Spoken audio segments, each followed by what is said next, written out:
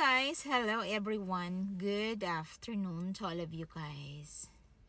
Yes, guys, tapos na rin yung aming mga lakad. Kanina, nauna yung graduation ng aking panganay. Sobrang busy ko guys kaninang umaga. Dahil before ako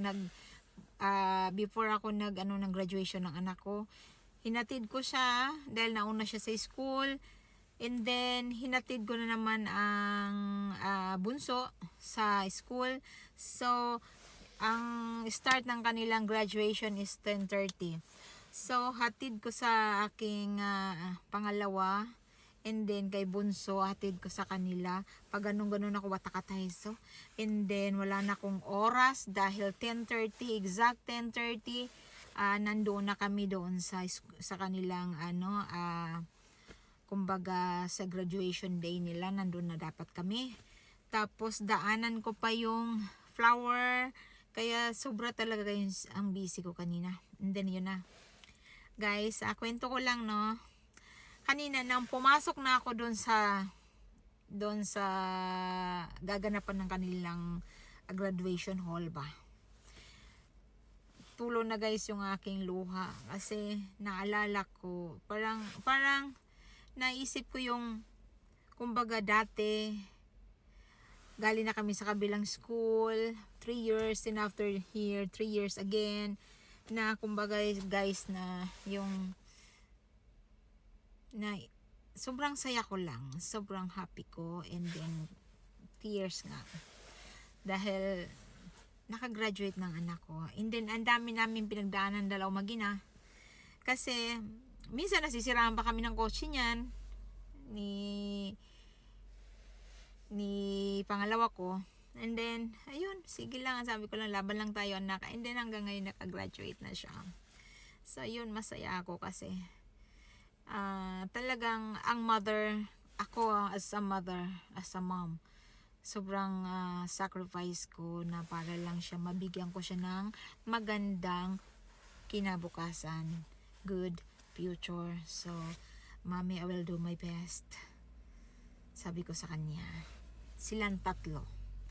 And, ayun, guys, na parang na ano lang ako kanina. Pag may nakikita ko guys na lumuluha doon sa yung mga estudyante na mga na-shock naman sa mga friend ng aking pangalawa is talaga nag-iyakan sila. Ganun talaga pag high school day talaga, and ng high school, iyakan talaga yan. Kasi this is kumbaga yun na yung memory ay nila, talagang kumbaga sa high school day mo lang mafe-feel yung happiness.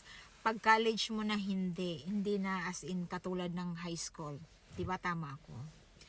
Kasi pag college ka na, iba na, so busy ka na talaga. Then mag-work ka pa, mag-intag niyan, alba, ganun. And then after,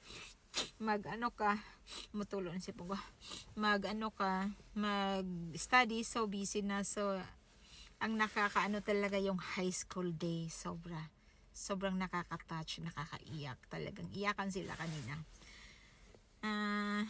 Tapos yun, ako din, pag nakita ko mga estudyante lumuluwa din ako kasi na-feel ko yung, sabi ko, dati hindi ko to naramdaman dahil nag-graduate ako ng elementary, high school, college. My mom is died or dead.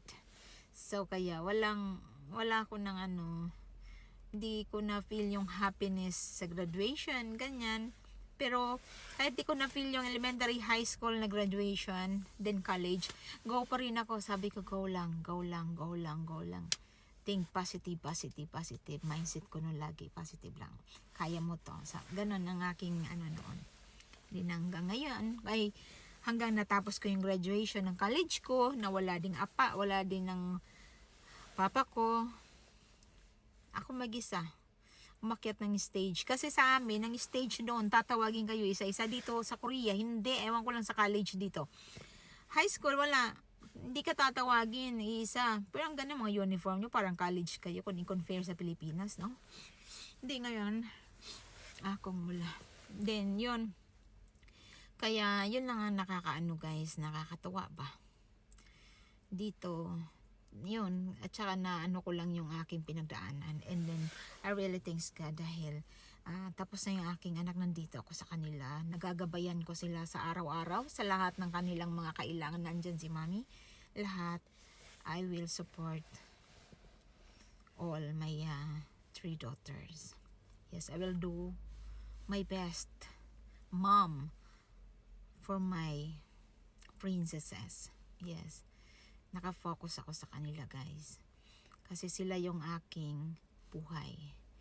My daughters, she is my life. Yes. Di baling wala ng asawa, guys. Basta ang anak ko lang nandiyan dyan. Yes. And yun. Kaya guys, ang saya ko kanina na naluha ako sa aking na habang sila ay nakapantoga, na kumbaga nagmix na yung aking kaya tulong-luha ko, kasi ang panganay ko sa Pilipinas nag-graduate siya ng elementary, wala ako, high school wala ako, college, itong college niya na last wala rin ako, pero hindi niya na din naman kasi sinayang niya yung 1 year na lang natitira. Third year college siya, hindi niya na kasi nag-drop na, ay nag-ano siya ng ibang siya ng ibang course. Pero yun, lahat nga sila, kumbaga ay yung dalawa ko, katulad ng aking anak ngayon, pangalawang magka-college na siya. At least ako nakagabay, samantala sa aking pangalawa hindi, kasi malaya ako, kaya kailangan ko itong gawin, sabi ko sa anak ko dati, para naman to sa future natin, na someday magkita-kita tayo. And then yun na nga, natupad na yung pray ko kay Lord. Andito ng aking panganay, magkakasama na kami. Sa hirap at ginawa, magkasama kaming mag-iina. Yes. Ayan, sabi ko, I'll do my best to all of you guys. Yes, sabi ko, ibibigay ko yung best ko sa mom, sa inyong tatlo.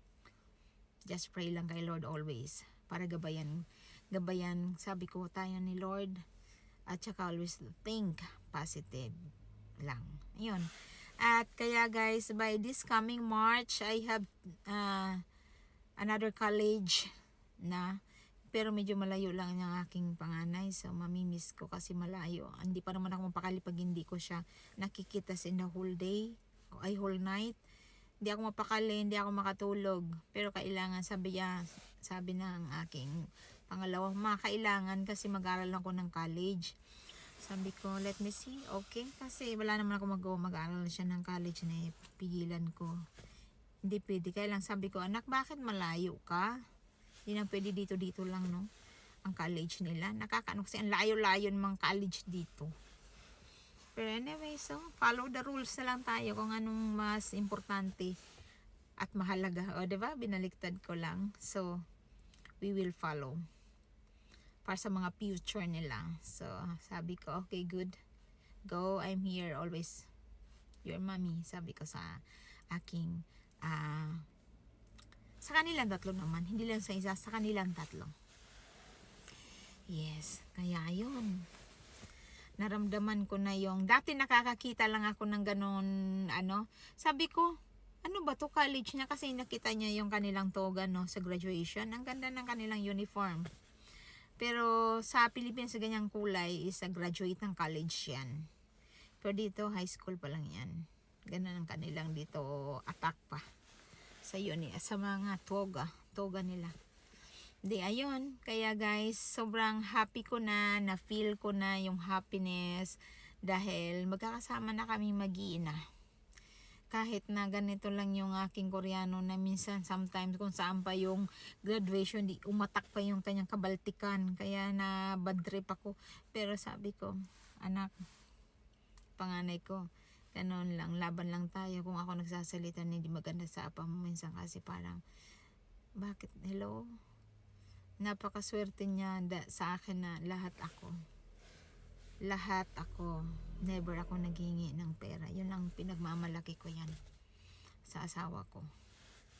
Kasi mahirap na, ayaw ko masumbatan.